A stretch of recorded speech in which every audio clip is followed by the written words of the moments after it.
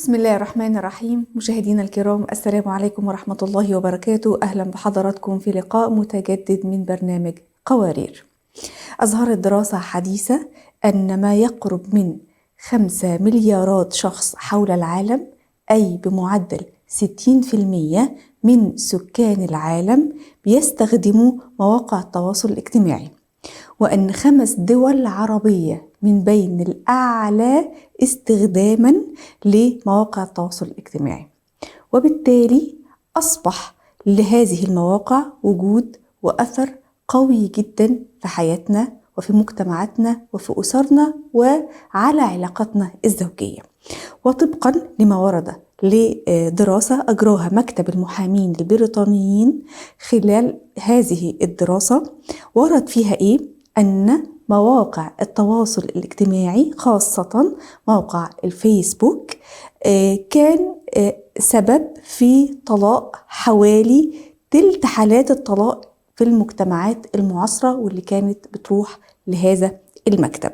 يعني 33% من حالات الطلاق بيذكر فيها موقع فيسبوك، وبالتأكيد بيكون السبب اكتشاف علاقات غير شرعية ما بين الزوج أو الزوجة مع أطراف أخرى. طيب، ما هي الأسباب اللي بتدفع أحد الطرفين سواء الزوج أو الزوجة إنه يقيم علاقة غير شرعية على مواقع التواصل الاجتماعي؟ طيب، في حال اكتشاف هذه المشكلة الكبيرة جدا جدا، ازاي يكون التصرف الصحيح من قبل الزوج أو من قبل الزوجة، وازاي نعمل وقاية لبيوتنا وحياتنا الزوجية من هذه المواقع ونستخدمها ونأخذ منها الإيجابي ونبتعد عن السلبي. كل هذه التفاصيل وأكثر إن شاء الله هنناقشها مع ضيفتنا الأستاذة خديجة برهان، المستشارة الأسرية واللايف كوتش. السلام عليكم أستاذة خديجة. يا أهلا وسهلا أستاذة ندى، حياك الله. وعليكم السلام ورحمة الله وبركاته. أهلا وسهلا بحضرتك. الحقيقة دراسات وإحصائيات صادمة، بداية من نسبة استخدام الفيسبوك ومواقع التواصل الاجتماعي حول العالم، 60% من سكان العالم بيستخدموه، ثم إن 33% من حالات الطلاق بشكل عام في المجتمعات المعاصرة بسببه. خلينا نبدأ الأول حوارنا مع حضرتك. ما هي الأسباب اللي بتدفع سواء الزوج أو الزوجة لإقامة علاقات غير شرعية على مواقع التواصل الاجتماعي وبالأخص الفيسبوك؟ طيب، إذا اليوم نبغى نتكلم نحن عن الأسباب، خلينا نتكلم بشكل موضوعي. أول شيء وجود العلاقات في السوشيال ميديا، سواء كان يعني أبرزها هو الفيسبوك، ويأتي بعد ذلك بقية البرامج والتطبيقات الأخرى، جعلت لقاء الناس مع بعضهم البعض رجال ونساء عملية جدا سهلة. ما هي معقدة ولا هي صعب جدا الوصول لها، ولا ما في أي حواجز ولا قيود ولا أي شيء، وبعيدا عن الأنظار والمراقبة. فسهولة التواصل أو سهولة الوصول الرجل للمرأة والمرأة للرجل هو هذا اللي جعل مسألة أنه تكوين العلاقات أصبح أمر سهل جدا. في وجهة نظري كمان ممكن لأنه إلى الآن الناس ما بتشوف أنه هو مشكلة أنه تواصل الرجل بالمرأة والمرأة بالرجل، طالما أن الموضوع لسه بالكتابة فقط. يعني إحنا ما وصلنا مستوى اللي هو التلامس الجسدي، يعني اللي هو الإنسان بشكل طبيعي يعرف أنه هذا المستوى هو مستوى يعني محرم وما يجوز وإلى آخره. ما وصلنا لهذا المستوى، فبالتالي كل الكلام دائما بيكون إيش، ما نحن يعني أصدقاء بس بالكلام، ما صار شيء. يعني ما قلت له لا قال لي أيوة يعني شوف، بالضبط. استصخاب واستصغار الأشياء هو اللي أوجد هذا النوع من العلاقات بكثرة وبقوة. بعد كده تيجي الأسباب اللي أوجدته كمان ممكن يكون ما هو بشكل متقصد، لكن الإنسان وجد نفسه فيه. يعني مثلا يكون الناس داخلين في جروبات مع بعضهم البعض بسبب الأعمال، بسبب الأشغال، بسبب أنشطة متشاركة أو مشتركة، أو في جروبات العائلة أو جروبات الأصدقاء، وفجأة نجد انه في واحد او واحده هم منفتحين شويه على الطرف الاخر، يعني خروج مم. عن المنظومة. يعني ممكن يكون الجروب كله رجال، بس تلاقي واحد من هدول الرجال عنده أصدقاء في، يعني لأنه بالذات الفيسبوك بيكشف لك تسلسل الأصدقاء نفسهم، فتلاقي واحد مثلا عنده جروب مختلط، فده مع ده مع ده كله الصاحب ساحب، يعني كله بيسحب أيوه بعضه يعني. فبيلاقي بالظبط. نفسهم فجأة إنه صار في علاقات قد تبدأ ممكن بعض الأحيان كمان بأسئلة بسيطة جدا، ربما مم. يكون الجروب هو لممارسة أنشطة معينة مم. وكلهم خليط في بعض، لكن ما بيعرفوا الضوابط الشرعية في بالظبط بدون التعامل حدود. عبر وسائل التواصل الاجتماعي. مم. نعم، الحدود الشرعية، يعني كلام الرجل مع المرأة، إيش الحكم الشرعي. هنا كمان مم. عندنا عملية الجهل بالأحكام الشرعية كبيرة جدا وواسعة جدا، لدرجة أنهم يستسهلوا. أنا كنت تواصلت معها عشان أسألها، طب وهي تواصلت عشان أسأله، طب ما مم. خلص سألنا وخلصنا وجاوبنا. بالظبط بعدين تبدأ بالظبط، هي بتبدأ الشيطان خطوات يلاقي الشيطان خطوة مدخل. خطوة. أيوة مم. أيوة، خطوات الشيطان. فبعدين ما صار شيء غير إنه صباح الخير مساء الخير كيف الحال إيش بكم وهكذا يعني، وخلاص مم. بيدخلوا. والأكثر من فطبعا ذلك يا هذه أستاذة كلها خديجة تسهيلات.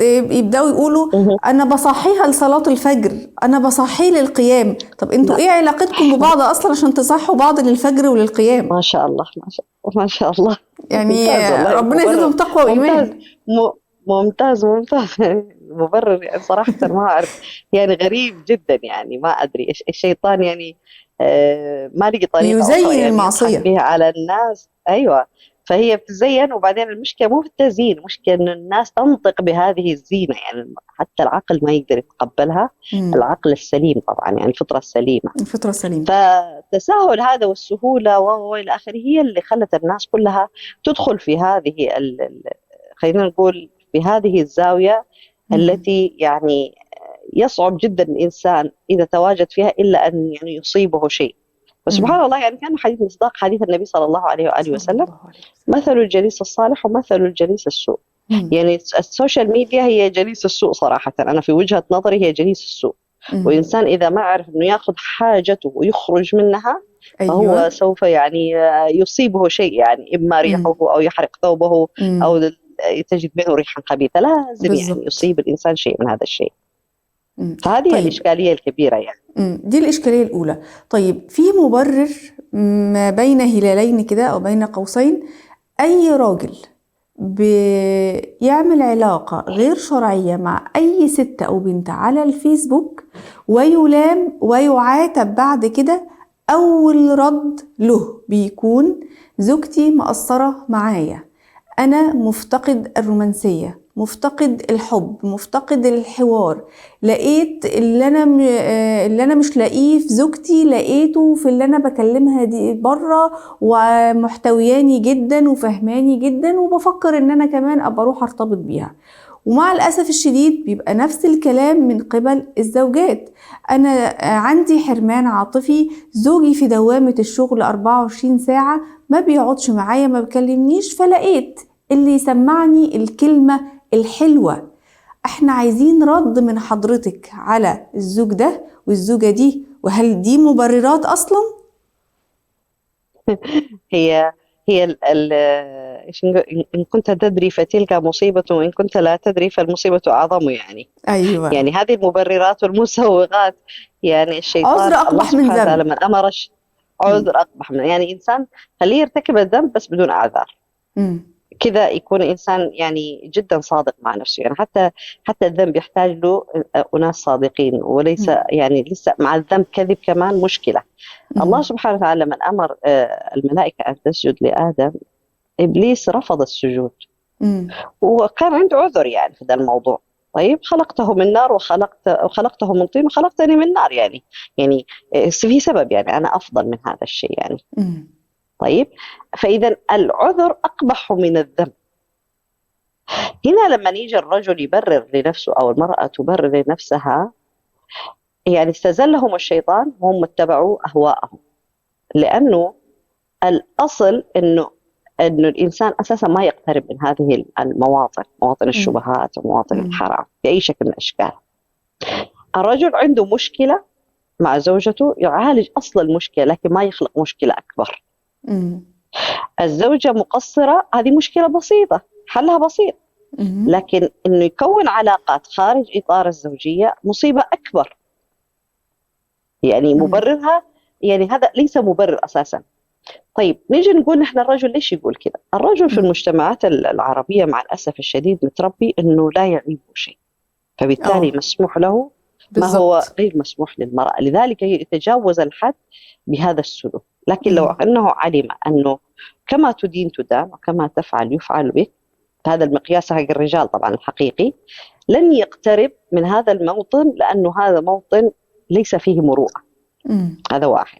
اه ثاني شيء ابتعاد الناس عن الإسلام. احنا لازم نتكلم اليوم كمسلمين، هنا ابتعاد مم. الناس عن طبعا. الإسلام مم. وعن القيم والأهداف والمفاهيم والأفكار الإسلامية، وغياب التعامل بالإسلام في واقع الحياة والتقوى لله سبحانه وتعالى، وأنه الأصل في التعاملات كلها هي تعامل مع الله سبحانه وتعالى، فأنا مأمور بأن أؤدي ما لي وما علي مم. وخلاص، والله سبحانه رقيب ومحاسب على هذا الشيء. غياب هذا كله جعل الناس يبرروا لأفعالهم وللمحرمات التي يرتكبونها. يعني لو مم. جينا الآن اليوم الرجل اللي يقول زي كده وجات زوجته سوت نفس الشيء، لأنه لا طبعا أساسا غير إن مقبول الزنا منها. دين. إن الزنا دين إن أقرضته كان الوفاء من أهل بيتك فاعلمي. إذا جات المرأة سوي زي كده المجتمع كله يقوم عليها وهو يقوم عليها والدنيا. طب هو لما قام بهذا الشيء لم ينظر للموضوع أنه هو شيء كبير جدا ولا مم. يجرم وإلى آخره. لان يا التساؤلات استاذه دي خديجه كلها هو جاية من بيبقى فقدان الوازع المبرر الديني. بتاعه ان انا يعني مباح ليا مثنى وثلاث ورباع، وممكن يكون ده التواصل في البدايه، وبعد كده ممكن اخطبها واتجوزها. انتوا ليه عاملين مشكله؟ مو هذه هي المصيبة، يعني دام إنه مثنى وثلاث ورباع ليه ما تروح من الباب؟ يعني ليش السوشيال ميديا أساسا يعني؟ مش ما هو هتعرف مثنى عليها وثلاث الاول؟ ورباع أمامك، وليس مثنى وثلاث ورباع أمامك مئات من النساء، كل هذول المئات راح تتعرف عليهم. هل الرجل بالفعل اللي يقول زي كده بيدخل في المحادثات هذه من امم. أجل الزواج؟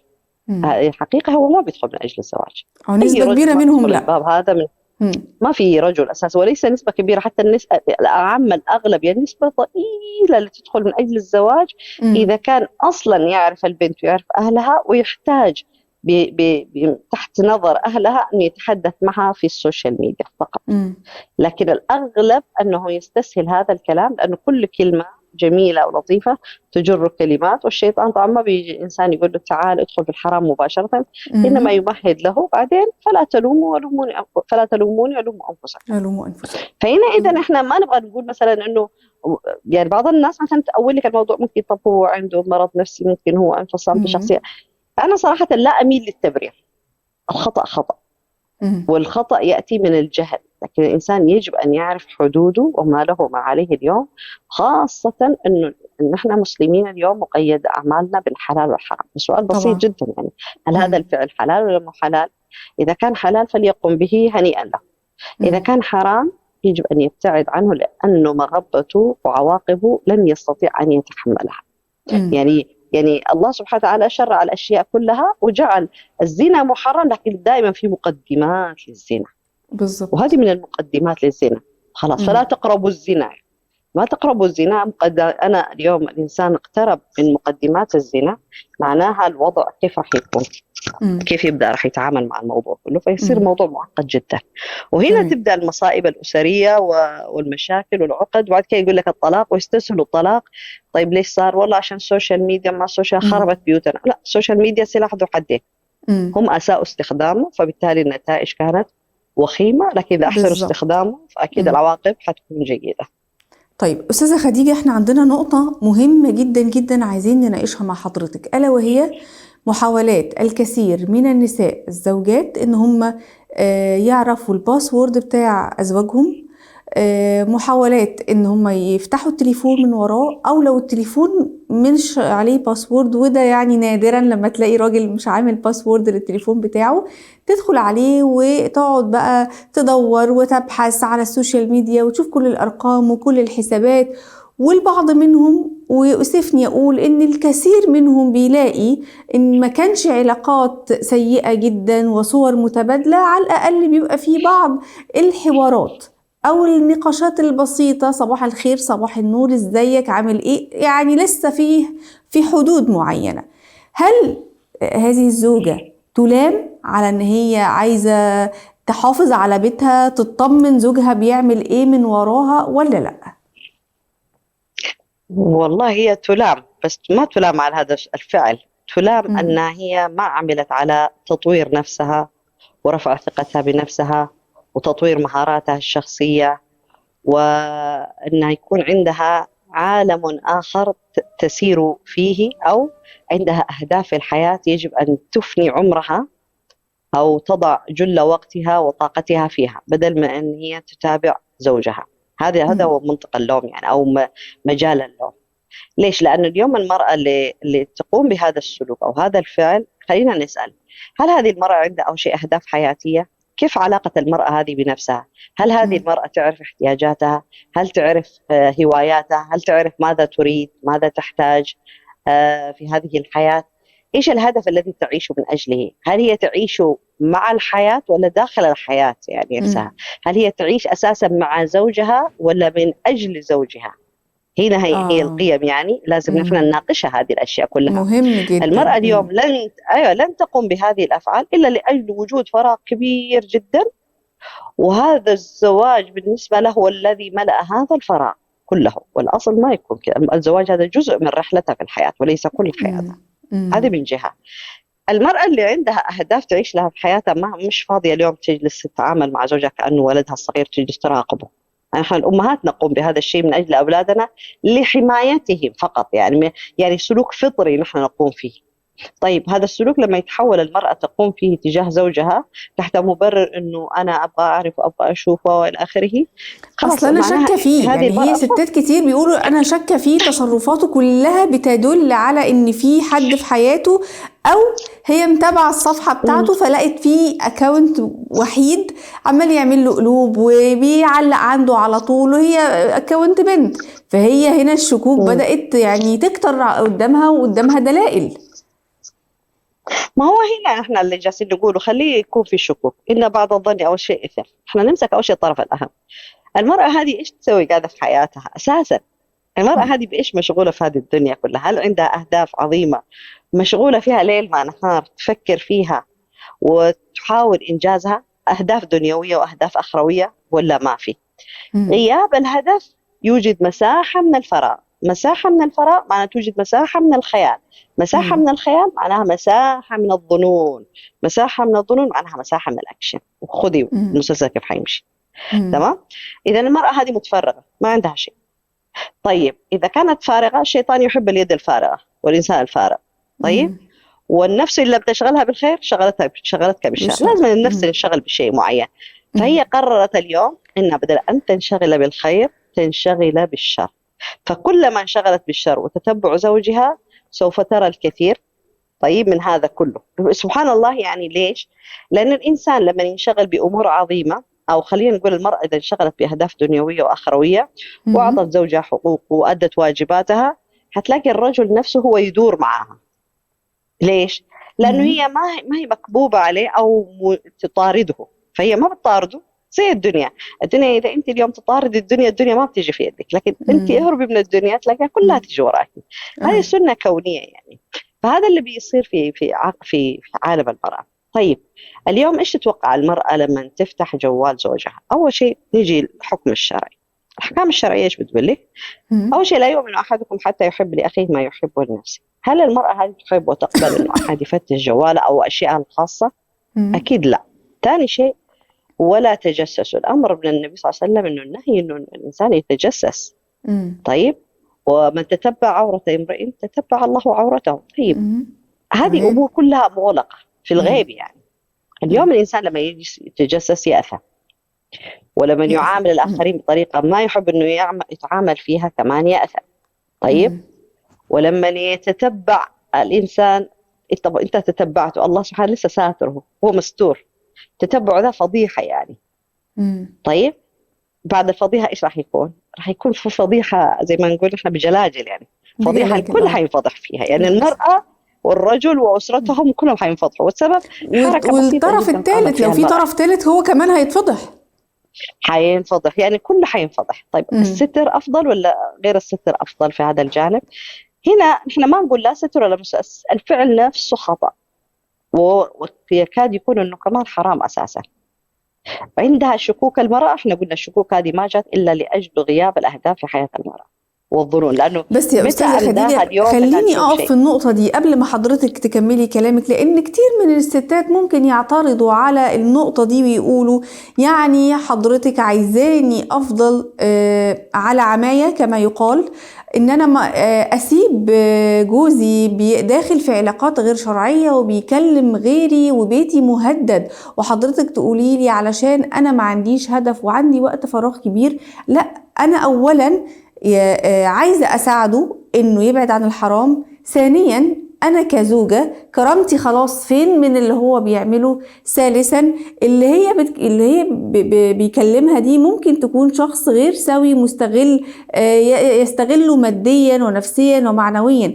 ففي أسباب كتير تخلي الست تقول لا أنا لازم أتدخل، ولازم إن وصل الأمر لمشكلة وتصعيد هعمل مشكلة وتصعيد عشان أحافظ على بيتي. ممتاز، هذا مطلوب طبعا، لكن مش بالكيفية هذه. المرأة اليوم لما تقول أنا عندي كرامة و إلى آخر الأشياء كلها اللي ذكرتيها حضرتك، طيب فين الحوار مع الزوج؟ اليوم محتاجة المرأة تجلس مع زوجها تتكلم معه، طيب تصارحه، ما تجي باللف والدوران ولا تدور وراه ولا أي شيء، إنما بالمواجهة، بالمواجهة اللطيفة من أجل إيجاد الحلول وليس من أجل توجيه الاتهامات. هذا واحد، هذا شيء. ثاني شيء، إذا المرأة هذه عندها قدر كافي من الثقة بنفسها ومعرفة احتياجاتها ومعرفة نفسها بشكل كافي جدا، لما يجي الزوج يقول لها أنا أنت مقصرة وأنت وأنت وأنت وأنت وأنت، إذا هي على قدر عالي من الوعي والفهم والإدراك راح تدرك اليوم أنه هو جالس يقلب الطاولة عليها. طيب بدل ما يكون يعالج المشكلة إنما يخلق حالة أخرى من المشكلة عشان يغطي مشكلته الأساسية. فهنا هي محتاجة أنها تصارح زوجها بشكل واضح. ثاني شيء، إذا كان إذا وقعت في الحرام وهي تأكدت من هذا الشيء وهي كرامتي وأنا وزوجي وإلى آخره، يجب يكون عندها مقياس ومعيار، يعني القيم عندها فين؟ قيمها الشخصية إيش هي أساسا في هذه العلاقة؟ قيم الشخصية أنه الاحترام عندي قيمة عالية جدا، يحترم حياتي ويحترم زواجنا ويحترم وإلى آخره. إذا هذه قيمة عالية عند المرأة والرجل اليوم ما احترم هذه القيمة العالية عندها، بطبيعة الحال المرأة سوف تتخذ إجراء، ما راح تخوض هذا الموضوع كله. تمام؟ يعني المرأة اليوم لما نيجي احنا نقول إيش لازم تسوي طيب في ذا الوضع، احنا هنقول إيش؟ احنا نقول المصارحة من أجل المعالجة، المصارحة من أجل أول شيء بيان الحكم الشرعي في ذا السلوك إذا أنا تأكدت منه. ثاني شيء أبين لهذا الرجل ما هو المقبول وما هو غير المقبول في علاقتي أنا معه. إذا أنا علاقتي معه هذا السلوك ده مرفوض جملة وتفصيلا وهو خط أحمر في علاقتنا مع بعض، معناها أنا حطيت النقط على الحروف معه. تمام؟ إذا لكن أنا لسه ميعت الموضوع بأنه صد ورد واتهامات وردود وإلى آخره، معناها هذا مو خط أحمر. تمام؟ لكن أنا لما أعرف الرجل أنه هذا خط أحمر وهذا فراق بيني وبينك، خلاص أنا حطيت القيم تبعي أمام هذا الرجل. ليش؟ وقيمي هذه جاية لازم تكون من قيم الإسلام، لأنه هذا الشيء محرم يعني. طيب في نساء كثير تتساهل في هذه الأمور وتغض الطرف عنها من أجل أمور أخرى. عرفتي كيف؟ فهنا لازم أنا أكون صادقة في الموضوع ذا وأبين قيمي وأبين أنه هذا الفعل حرام وأنا لا يمكن أقبل بهذا الحرام ما يغضب الله في حياتنا، لأنه كله حيأثر على جميعنا يعني. فهنا يجب أن ينتهي عن هذا السلوك. طيب هذه المرحلة الأولى. المرحلة اللي بعدها إيش هي؟ نبدأ مرحلة المعالجات الرسمية في الموضوع. احنا دائما ناخذ الأمور كيف؟ بالتدريج يعني. أول شيء نبين المشكلة ونبين حدودنا الحمراء والشرع وإلى آخره بشكل واضح. بعدين نبدأ المعالجات اللي هي إيش؟ تبدأ مرحلة المقاطعات. المرأة لما تقاطع زوجها كيف يعني؟ اللي هو تؤدي ما لها وما عليها على الناشف يعني زي ما بيقولوا. يعني كان عندها وش خشب شوية. ايوه يعني شوي تدخل في الخشب ده شويه مو مره يعني، لانه ربما يصلح يعني لما يكون يشوفها مبتعده وهاجرته والى اخره. الله سبحانه وتعالى في القرآن الكريم يعني في معالجه النشوز المراه اعطى طرق في المعالجه. طيب حاله النشوز هذه في المراه ليش؟ لانه بتتعامل مع نفسيتها، ونفس الشيء المراه تحتاج انها تتعامل في معالجة هذا الأمر مع نفسية الرجل وما الذي ينفع معه في هذا الشيء. يمكن لما تقاطعه في الكلام كانت هي حبتين مدلعته تسحب الدلع ده شوية يأثر يفرق يعني يصنع فرق. ليش؟ لأنه هي أعطت ردة فعل، مو إنه مثلا فجرت قنبلة وخلاص وبكرة صار ما في مشكلة يعني. لا، لما تتخذ خطوات علاجية وتنوي مع الله سبحانه وتعالى أن هي تعالج هذا الموضوع طيب بشكل جذري، يعني لأنه إحقاقا للحق، يعني الله سبحانه وتعالى راح يعينه بشكل أو بآخر.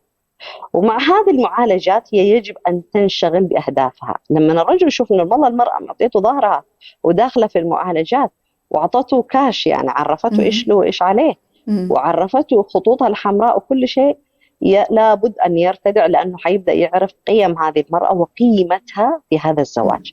بعكس لما تكون امرأة مثلا طول الوقت تصرخ، طول الوقت تتكلم، طول الوقت مش عارف ايش، خلاص يعني ايوه صدامات، فبالتالي منها راح يهرب الى الطرف الاخر ويفرغ هناك، واليوم زوجتي قالت لي ومعليش ومش عارف ايش. شفتي الحنان ده مشكله يعني. طبعا فهنا طبعا. يجب وفي ان الطرف تعرف الثاني المرأة ده كيف بيبقى تعالج. شويه في كيد النساء معروف يعني، فتستغل المواقف. ايوه الحقيقه استاذه خديجه فإن احنا المرأة مازال معانا ذكية محاور يعني. كتير لم يتسع الوقت لنقاشها مع حضرتك، لأن نقطة الخطة العلاجية احنا محتاجين نتكلم فيها بشكل تفصيلي مرة أخرى، ومحتاجة أتناقش مع حضرتك كمان بعض الحيل اللي بتعملها بعض النساء، إنها تعمل حساب أو أكاونت على الفيسبوك يعني باسم تاني وبصورة تانية، وتدخل تكلم زوجها ظنا منها إنها كده بتوقعه، وبتعرف إن كان على علاقة بحد ولا لأ.